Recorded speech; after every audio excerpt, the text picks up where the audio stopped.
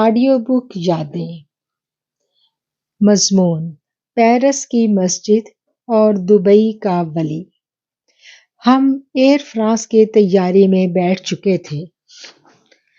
تمام مسافر جہاز کے اڑنے کا انتظار کر رہے تھے۔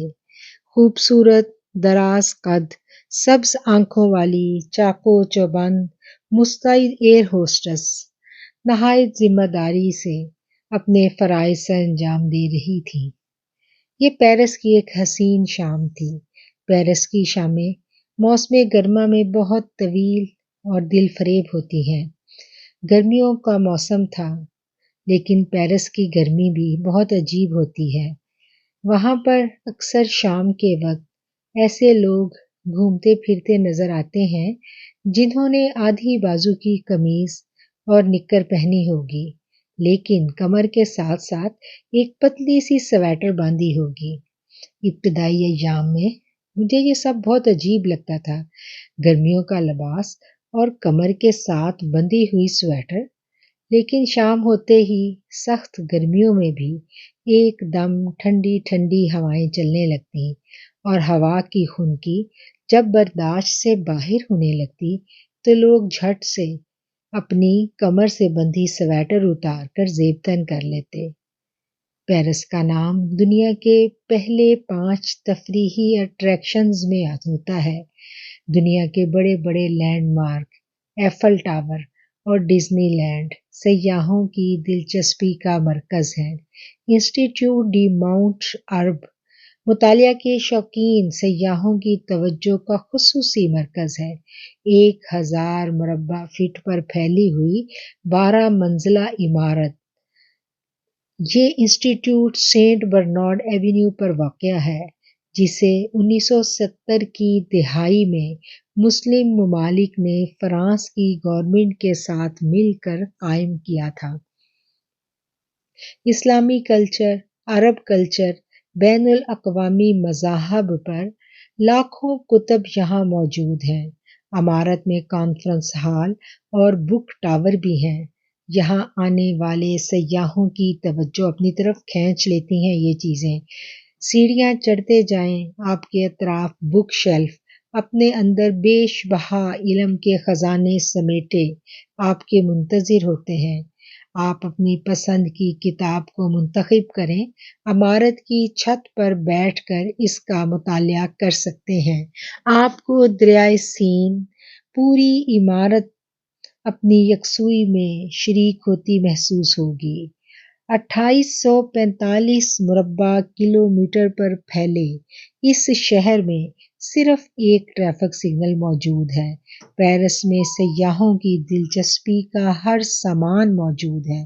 دی گرینڈ مسجد پیرس اسلامی ذہن رکھنے والے سیاحوں کو اپنی جانب متوجہ کرتی ہے۔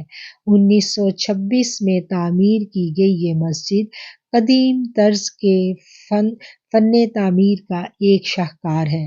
مسلمان پہلی جنگ عظیم میں فرانسیسیوں کے ساتھ مل کر لڑے اور مارے گئے، اس لیے ان کے خراج تحسین کے طور پر پیرس شہر کے بیچوں بیچ فرانس گورنمنٹ کی طرف سے یہ مسجد تعمیر کی گئی تھی۔ وسیع و عریض رقبے پر پھیلی یہ شاندار مسجد اپنے اندر ماضی کی بہت ساری کہانیاں سمیٹے ہوئے نظر آتی ہے۔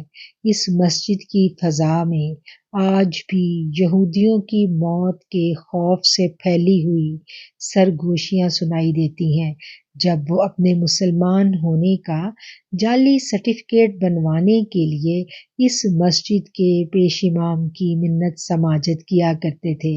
مسلمانوں کا یہ شاندار کردار آج بھی اس ترقی یافتہ شہر کی چکا چوند میں اپنا ایک جداگانہ وقار لیے موجود ہے۔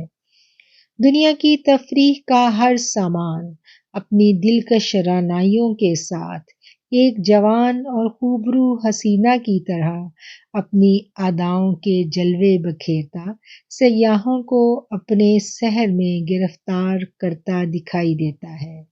زمانہ قدیم کے بڑے بڑے محلات اور دور جدید کی بلند و بالا عمارتیں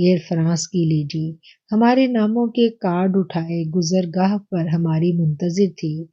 اس نے ہمیں بتایا کہ جہاز لیٹ ہو جانے کی وجہ سے ہم معذرت خواہ ہیں کہ پاکستان کی فلائٹ آپ مس کر چکے ہیں۔ اب آپ ایئر فرانس کے مہمان ہیں۔ آپ کو دبئی کے ہوٹل میں جگہ دی جائے گی تا وقت یہ کہ آپ کی اگلی فلائٹ کا بندوبست نہیں ہو جاتا۔ منزل کی خوشبو مجھے کہیں آس پاس آتی ہوئی محسوس ہونے لگی۔ میرے دل نے گواہی دی، جس سے ملنے کی دعا میں نے کی تھی وہ یقیناً دبئی میں ہی کہیں موجود ہے۔ ہم دبئی کے ہوٹل میں پہنچ چکے تھے۔ یہاں پہنچ کر سب سے پہلا کام گھر والوں کو مطلع کرنا تھا تاکہ وہ ہمارے تاخیر سے پہنچنے پر پریشان نہ ہوں۔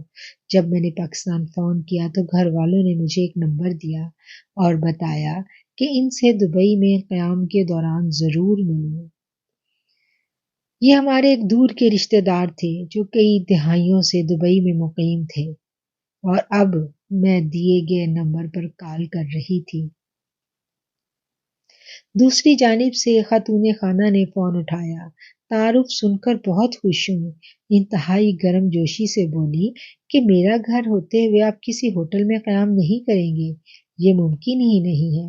آپ اپنا ایڈریس بتائیں، ہم آپ کو لینے کے لیے آ رہے ہیں۔ اور تھوڑی دیر کے بعد وہ اپنے بیٹے کے ہمراہ ہمارے ہوٹل پر آن موجود تھی۔ اس قدر مہمانداری اور گرم جوشی کا مظاہرہ میرے گمان میں بھی نہ تھا۔ تھوڑی دیر بعد ہم ان کے وسیع و عریض ولا کے سامنے موجود تھے۔ ریموٹ کنٹرول سے گیٹ کھولا گیا اور یوں گاڑی ایک بہت بڑے پارکنگ ایریا میں موجود تھی۔ یہ ایک بہت بڑا گھر تھا۔ ہم ایک طویل کوریڈور سے گزرنے کے بعد کشادہ لاؤنج میں آن موجود ہوئے۔ سامنے ہی ایک دبلے پتلے روشن چہرے والے خاموش بیٹھے ایک صاحب نے مجھے اپنی جانب متوجہ کیا۔ کمرے کی فضا میں ایک عجیب قسم کا رعب اور دبدبہ چھایا ہوا تھا اور مجھے اپنی روح اس رعب تلے دبتی ہوئی محسوس ہونے لگی۔ ہم نے نہایت مؤدبانہ انداز میں آگے بڑھ کر سلام کیا، لیکن جواب کچھ تاخیر کے بعد ہمیں ملا۔ انہوں نے اپنی بڑی بڑی آنکھیں اٹھائیں اور نہایت شفقت سے ہمارے سلام کا جواب دیا، پھر اٹھ کر کھڑے ہوئے اور بڑے تپاک سے ملے۔ ان کی شخصیت میں ایک عجیب سا ٹھہراؤ تھا، سکون کی ایسی کیفیت جس کو شاید الفاظ میں بیان نہیں کیا جا سکتا۔ ان کا وجود تو ہمارے سامنے موجود تھا، لیکن ان کی روح کہیں اور محو۔ سامنے والے کو اپنی جانب متوجہ پا کر ان کی روح جھٹ سے ان کے وجود میں ظہور کر جاتی۔ میں اس ماحول میں اپنے آپ کو ایڈجسٹ کرنے کی کوشش کر رہی تھی کہ صورتحال کو بھانپتے ہوئے خاتون خانہ نے میری کان میں سرگوشی کی۔ یہ اس وقت تک کسی کے سلام کا جواب نہیں دیتے جب تک نبی کریم علیہ الصلاۃ والسلام کی خدمت میں درود و سلام پیش نہ کریں۔ پہلے یہ آقا کریم صلی اللہ علیہ وآلہ وسلم کی خدمت میں درود پیش کرتے ہیں اور پھر مہمانوں سے ملتے ہیں۔ میری دعا جو میں نے پیرس کی مسجد میں کی تھی وہ یقیناً قبول ہو چکی تھی۔ وہ 50 کی دہائی کے آخری سالوں میں تھے۔ وہ ایک تعلیم یافتہ انسان تھے اور اعلیٰ کمپنی میں ایک اعلیٰ عہدے پر فائز تھے۔ دن روزگار کے حصول میں گزارتے اور شام مخلوق کی خدمت کے لیے وقت تھی۔ چہرے پر بزرگی کا نور اور نبی کریم علیہ الصلاۃ والسلام سے محبت کی روشنی کی کرنیں بکھری ہوئی نظر آ رہی تھیں۔ وہ اپنے وجود میں ایک مکمل روحانی شخصیت تھے۔ ان کو دیکھ کر یوں محسوس ہوتا گویا گنبد خضرا کو چھو کر آنے والی ہوائیں ان پر سایہ فکن ہیں۔ ہم سلیقے سے سجے ایک کشادہ کمرے میں بیٹھے تھے۔ کھانا کھانے سے فارغ ہوئے تو خاتون خانہ نے محبت سے کہا میرا بیٹا آپ لوگوں کے ساتھ جائے گا اور ہوٹل سے سامان لے آئے گا، اب آپ ہمارے مہمان ہیں، کسی وقت بھی ہمیں ایئر لائن سے کال آ سکتی ہے، واپسی کے لیے ہم یہاں نہیں رک سکتے۔ میں نے جواب دیا یہ ممکن ہی نہیں ہے کہ آپ دبئی میں آئیں اور میرے گھر نہ رکیں۔ وہ ہمیں اپنے گھر رکھنے پر مصر تھی۔ پھر انہوں نے اپنے شوہر سے مخاطب ہو کر کہا ان کی بکنگ کا پتہ کروائیں، انہیں دبئی قیام کا ویزا لے کر دیں، ہم انہیں دبئی گھمائیں گے۔ میرا جواب سنے بغیر وہ بولے جا رہی تھی۔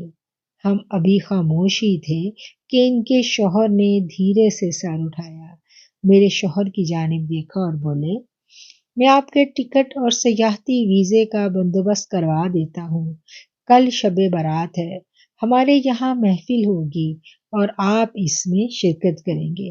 گویا وہ فیصلہ سنا رہے تھے۔ میرے شوہر نے تذبذب کے عالم میں میری جانب دیکھا۔ اس سے پہلے کہ ہم میاں بیوی کوئی فیصلہ کر پاتے وہ فون پر کال ملا چکے تھے۔ دوسری جانب فون اٹھانے والے کو عربی زبان میں ہمارے بارے میں کچھ بات کر رہے تھے۔ پھر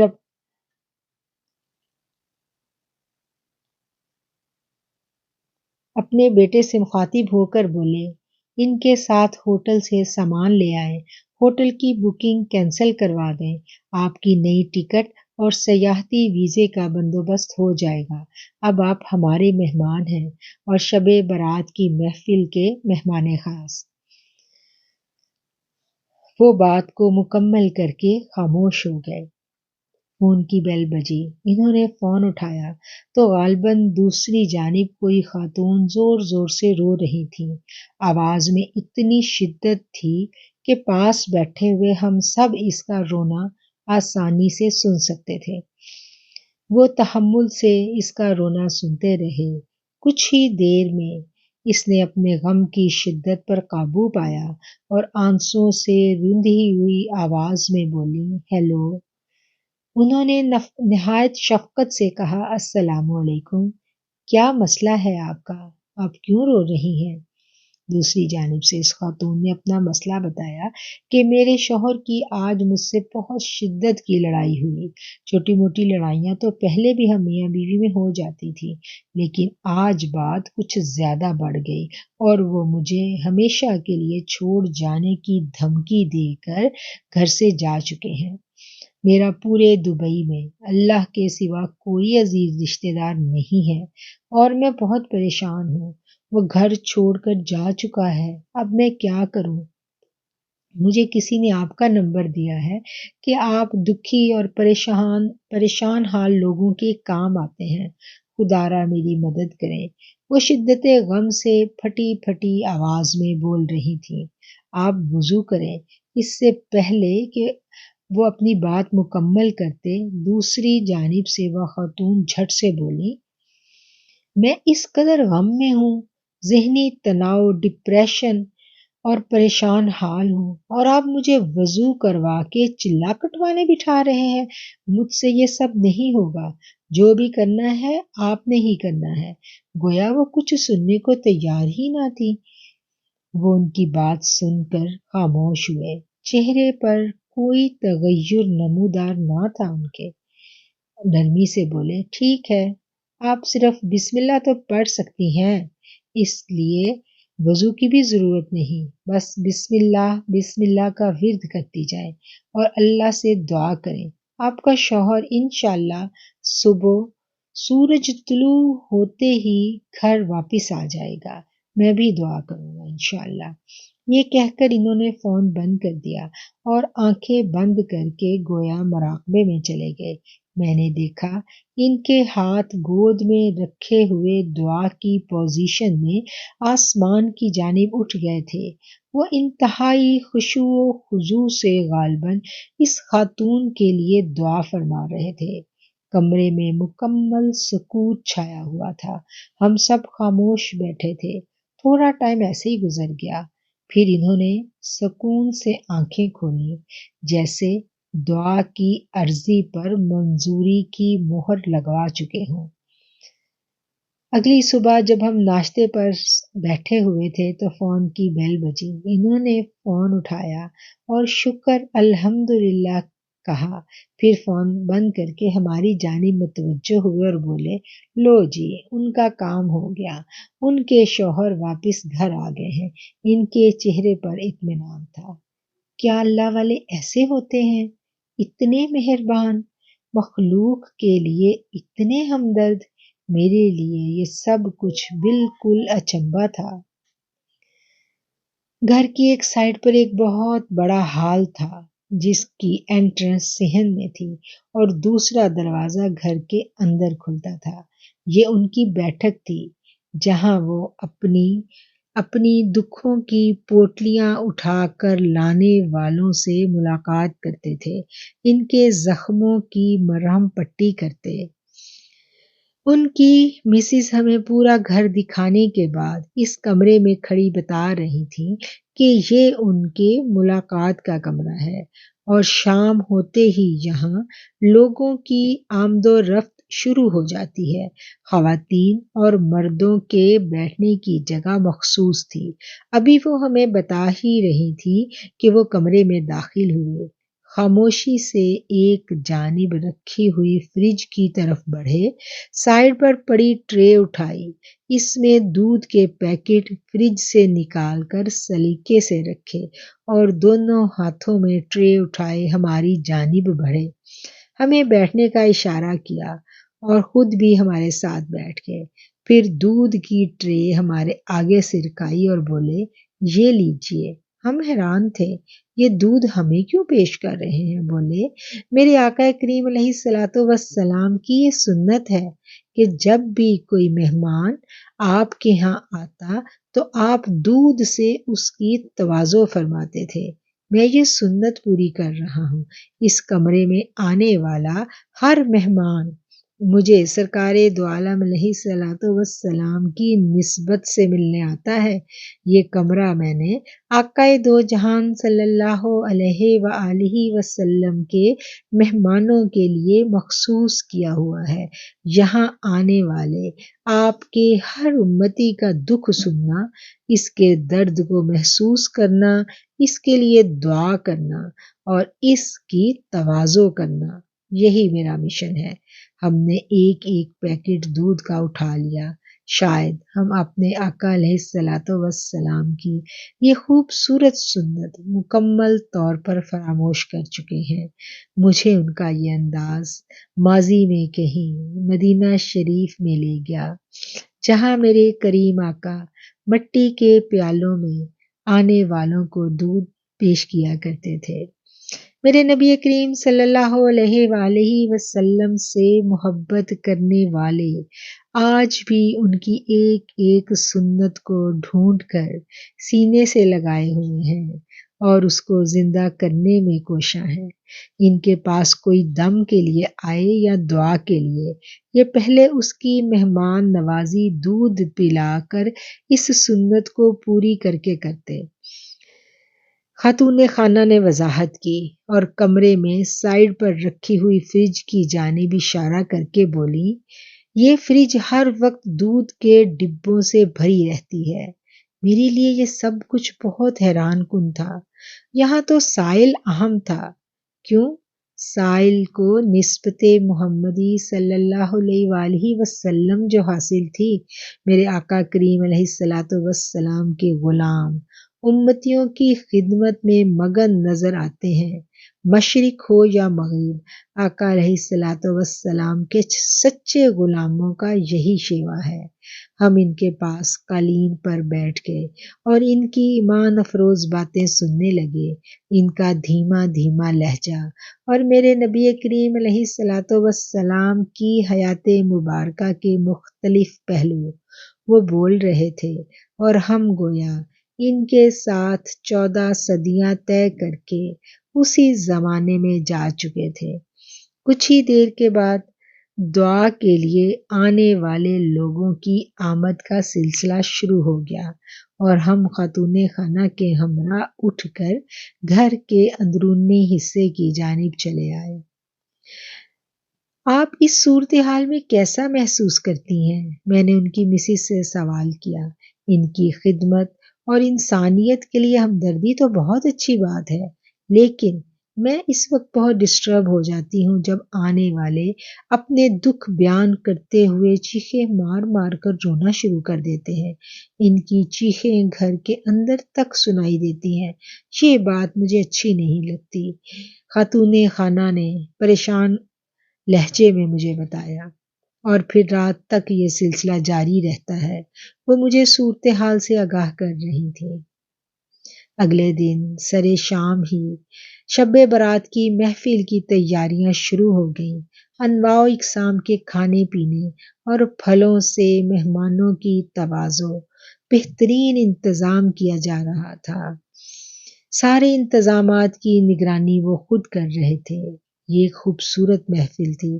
خواتین کے لیے بیٹھنے کا الگ انتظام موجود تھا۔ پاکستانی، انڈین، بنگلہ دیشی خواتین و حضرات کثیر تعداد میں وہاں موجود تھے۔ سب مہمانوں کی ضیافت کا انتظام تھا۔ بعد نماز عشاء محفل کا باقاعدہ آغاز ہوا۔ ذکر اذکار نوافل کا بھی خصوصی اہتمام کیا گیا۔ محفل کے اختتام پر اجتماعی دعا مانگی گئی، روح پرور دعا، دکھی دلوں کی آمین اور خدا کے حضور مناجات کے الفاظ آج بھی میری یادداشت میں زندہ ہیں۔ یہ رب العزت کی مہربانی تھی اور یقیناً پیرس کی مسجد میں کی گئی میری اس دعا کی قبولیت کی عملی شکل، جو اللہ کریم نے مجھے اپنے گھر واپس جانے سے پہلے اس نیک محفل اور اپنے نیک بندوں کی صحبت عطا کی اور شب برات کی یہ روح پرور محفل میری یادداشت میں نقش ہو گئی۔